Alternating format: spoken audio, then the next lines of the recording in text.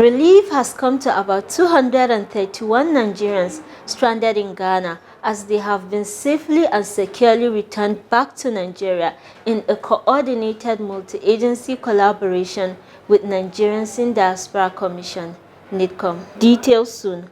Also on the menu, the Chairman CEO, NIDCOM, Honorable Abike Dabir Erewa, receives in audience the new Chief of Mission of the International Organization for Migration, IOM, Dimon Sharon, in a strategic visit to NIDCOM in Abuja. Again, in the spirit of volunteerism and giving back to the society, two Nigerian renowned medical doctors, Dr. Gio Madu and Dr. Benga Agbele Moshe, have launched a respiratory therapy training initiative to raise awareness and also transform the Nigerian healthcare system. The story is unmissable. Stick around for details. And do not forget our complimentary segment of health tips by Association of Nigerian Physicians in the Americas, AMPA, and our diaspora of the moment. This is your favorite show, The Diaspora, and I am Khadija Bamali, your anchor. Please stay.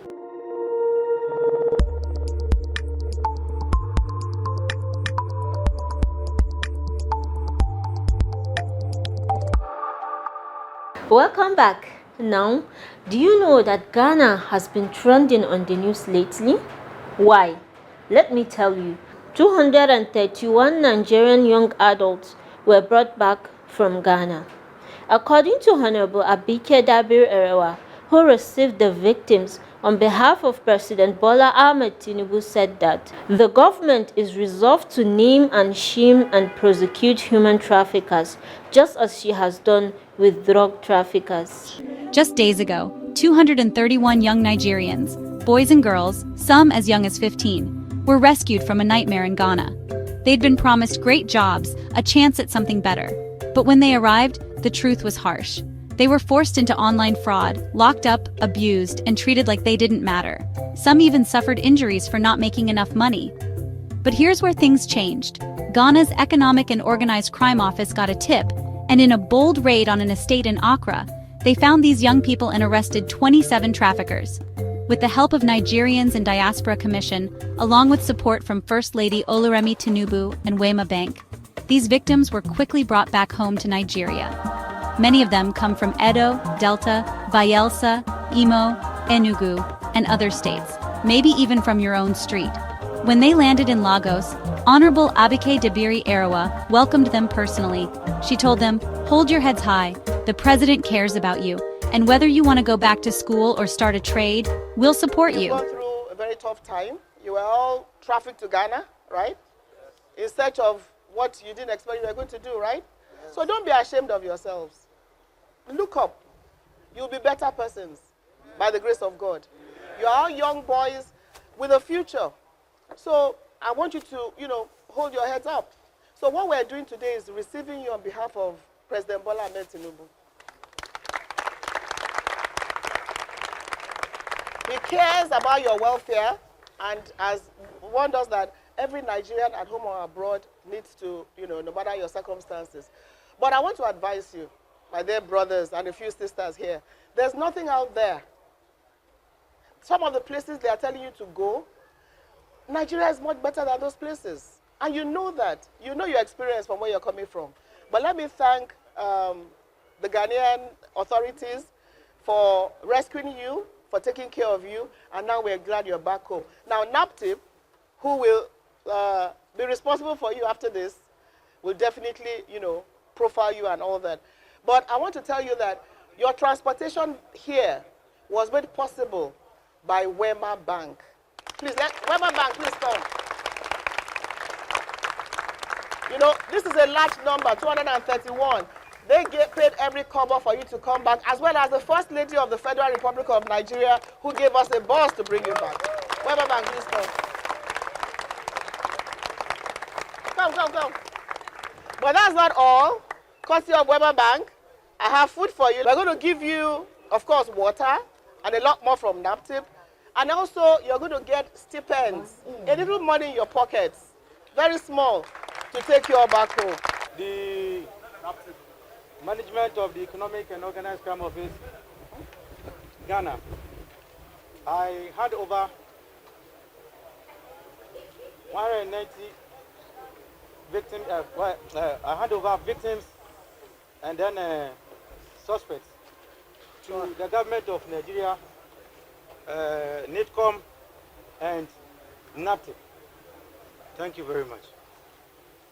So I hand over to NAPTIP because NAPTIP will rehabilitate, profile them, and ensure they're in good hands. So NAPTIP, over to you. Ioko, Ghana, thank you very much for rescuing them, for taking care of them, and for ensuring they came back home. Wema Bank, thank you so much for the transportation, for bringing them back home, and the Office of the First Lady of the Federal Republic of Nigeria. Thank you very much. And Chief Callistus, Chairman Naido, Ghana, thank you very, very much. Thank you. The government has promised to prosecute every trafficker involved. Let's not forget, human trafficking is real. If you get an offer for a job abroad, please check it. Talk to someone you trust. Don't let desperation push you into a trap. And to those who escaped, your story isn't over. You still have a future.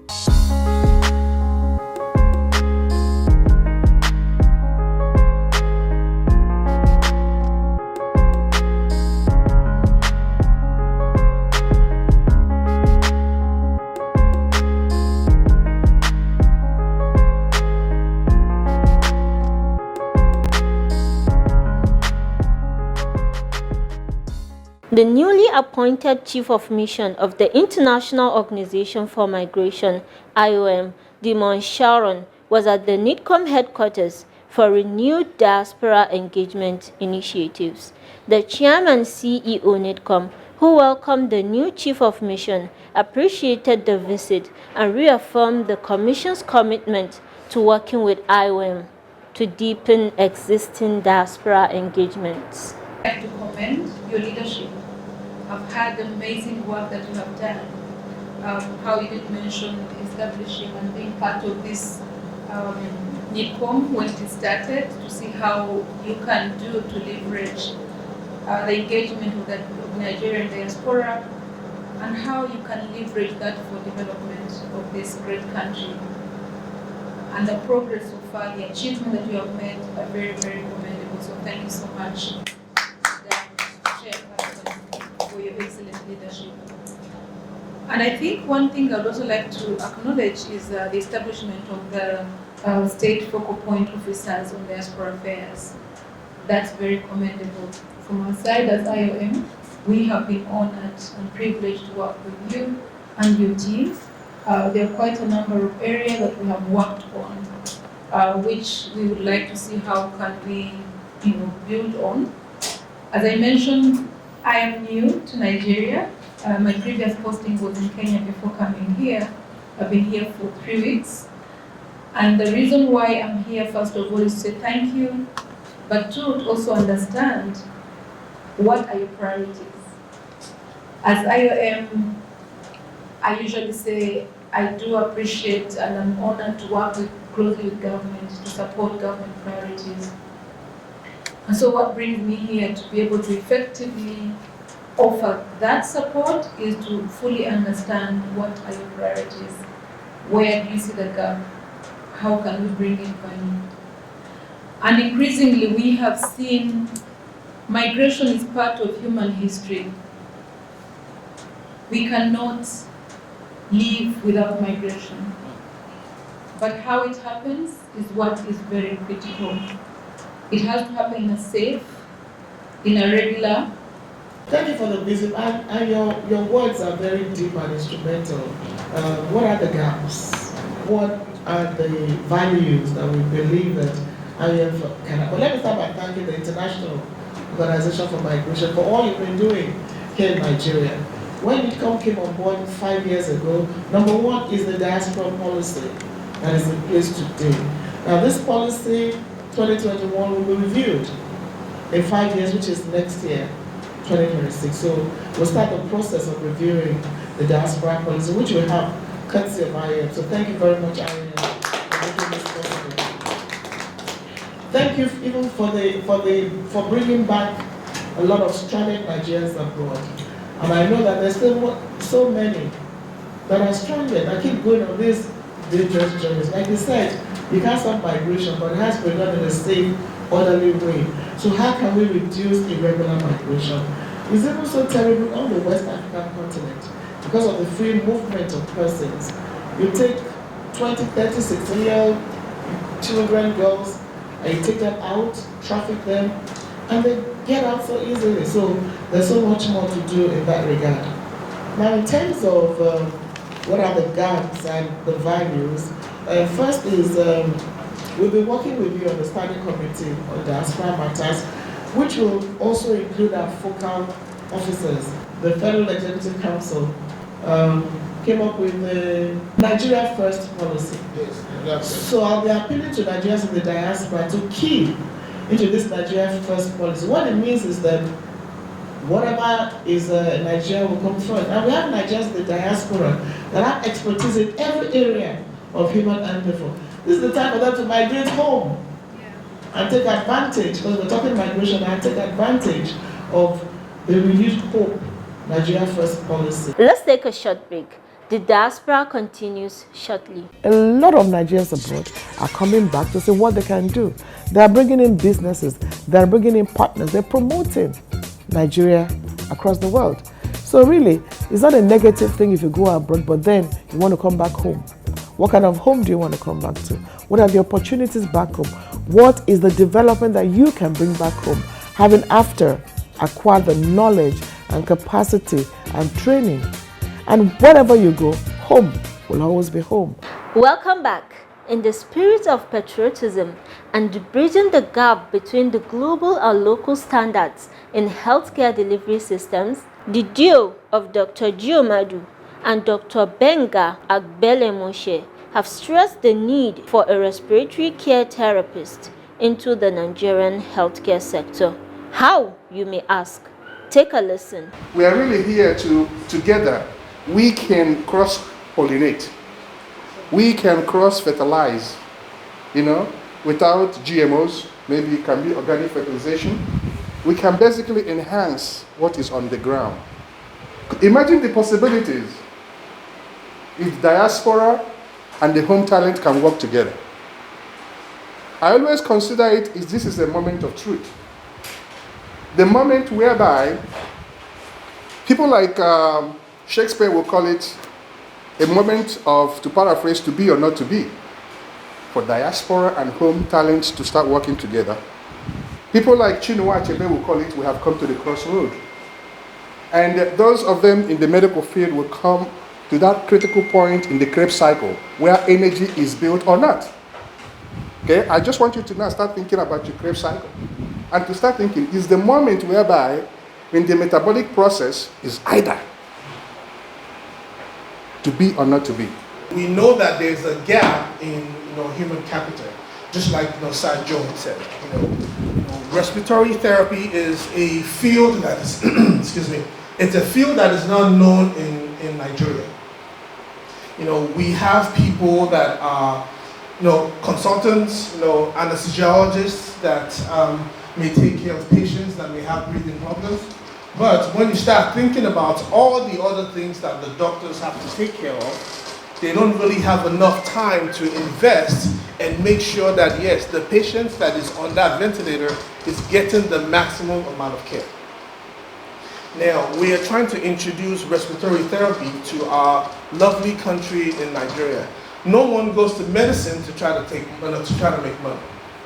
The job is we need to be here to be able to care for the people, to extend the lives of the people that we care for.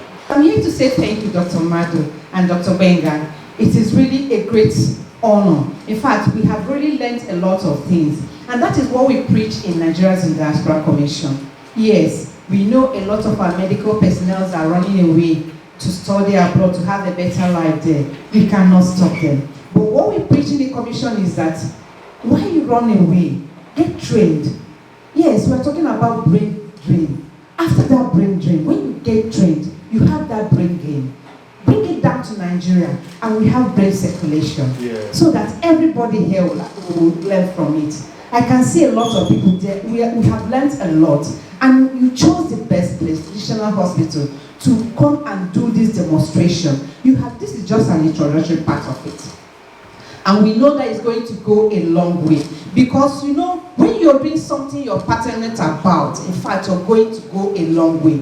Dr. Madi is somebody we know that is so passionate in what he's been doing, and he has been doing it for over 20 years. And we are glad and proud to have him back here to impart this knowledge, to tell us what we need to do. And we at Nigerians in Diaspora Commission are happy to have you back. And we know that with this, it's going to encourage a lot more diasporans to come back and invest in the country. That is what we preach. Yes, while you're there, learn, be the best in what you're doing, and come back here and teach our people how to do it. Be assured of national state compliance and support at any time. And please, when you are saying something is about counterpart funding, you said something 60 to 70%. If a state or an institution will not contribute at least 30% for a successful event, I don't think that state or organization should be existing. So far, His Excellency, especially at my level, that is why I am the primary health care, all the counterpart funding, already His Excellency in the Nabila Slay is giving us 100%. For me, I am happy, but let's work together. Let's look at how it's supposed to be, have those boundaries set, have everything, you know, in place, more engagement, advocacy, and I'm so happy that we have a lot of people from the north here. I mean, Nasarawa, you know, here, because you need the CMDs here. You need the medical directors, not only CMDs, because we don't have CMDs in some other places. But with one or two ventilators or just one ICU that can at least take care of some critical cases, with one or two physicians and anesthetists there, we can actually do a lot, you know, to help our nation. I want to encourage you to continue no matter the obstacles that you may find from time to time. Is expected, and that's natural. Yes. But the question I have now is this. You mentioned the set of people that will benefit, are supposed to benefit from this training. You talked about the respiratory physiologists, talked about the respiratory physicians, the nurses, and some other people. But then I didn't hear you talk about the primary care of family physicians. How do we fit into this? So we need to be taken along. First of all, I would like to commend Dr. Madu and Dr. Beluche for what you're doing, and this is what NIDCOM have always tried to portray, because Nigeria is our home and we have it all ourselves. So we need that teamwork between you people in the diaspora and us back home. So applause for what you're doing. So mine is coming from a question, and also I have a suggestion as well.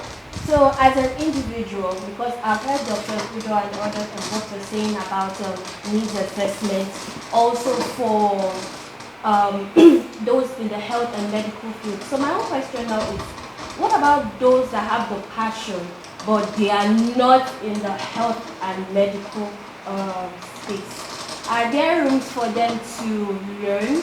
And what are the terms and conditions if that should happen? Up next is our health tips segment with AMPA Doctor in a special interview with Mr. Gabriel Odu, the director and producer of the Diaspora. Today we have Dr. Oranu Ebeke, renowned family physician, addiction medicine specialist, and practicing medicine in Indiana, USA. He's going to be talking to us on a number of issues as it affects our health. Doctor, welcome to the program. Thank you very much. Yes. Thank you. Incidentally, he's in charge of the education department of Association of Nigerian Physicians in the Americas. I welcome you once again. Thank you. Thank you. AMPA celebrated 30 years anniversary. It was a bumper harvest. We want to congratulate AMPA for doing a good job, giving back to society. We thank you for that. Welcome once again. Thank you. Yes. Thank you. Tell us a little about yourself, not mind what I have just done. Okay. Thank you so much. I appreciate you giving me this opportunity. I am the co-chair of the Education Committee of the Association of Nigerian Physicians in the Americas. That's my angle of coming in from AMPA perspective. But in private practice, I am a family physician with an addiction specialty and also an assistant clinical professor of family medicine at the Indiana University School of Medicine. In those three spheres, those are the places I operate. Right. Just tell us about, you are a Nigerian. Yes. You've been here before you left to the States. Right. Yes. More recently, there have been an upsurge in addiction. Tell us what it's about. So it's not just in Nigeria. We have it also in the United States, where I actually have more data than I have here. In the United States, we've had 110,000 people die of opioid overdose, specific to opioids, in the United States, and the numbers have been coming down gradually because of all the interventions by government. So many of us in AMPA have our tentacles spread across the United States and Nigeria. And so some of the events that happen here, we keep an eye on them. We know that there's a codeine addiction issue, in some parts of Nigeria. We know about some forms of what they call methamphetamines in other parts of Nigeria, and which young people consume that cause problems. So as part of a new pivot by the Association of Nigerian Physicians from just donations, medical missions, and very good things that have been done over the years, the pivot is in the direction of knowledge transfer, skills acquisition, and training of personnel in Nigeria to actually do the work themselves. And now, to our diaspora of the moment. Our diaspora of the moment is Matuwo Olufukombi, a United States Navy officer who has become the first Nigerian American to qualify as a nuclear engineer under the prestigious U.S. Navy Nuclear Propulsion Program. Navy Olufukumbi enlisted in the Navy as an electronic technician in January 2001, was accepted into the Seaman to Admiral program, and graduated from Old Dominion University in May 2008 with a degree in electrical engineering. He is also a graduate of the Naval Nuclear Propulsion Program, JPMA Phase 1 qualified, and holds a master's in engineering management from Old Dominion University. He served as Commander, Navy Recruiting Command, as Nucleus Program Officer and Commander, Naval Surface Forces, Atlantic, as the Naval Surface Forces Expeditionary, Amphibious Warfare, and Mine Warfare, Warfighting Requirements and Assessment Lead.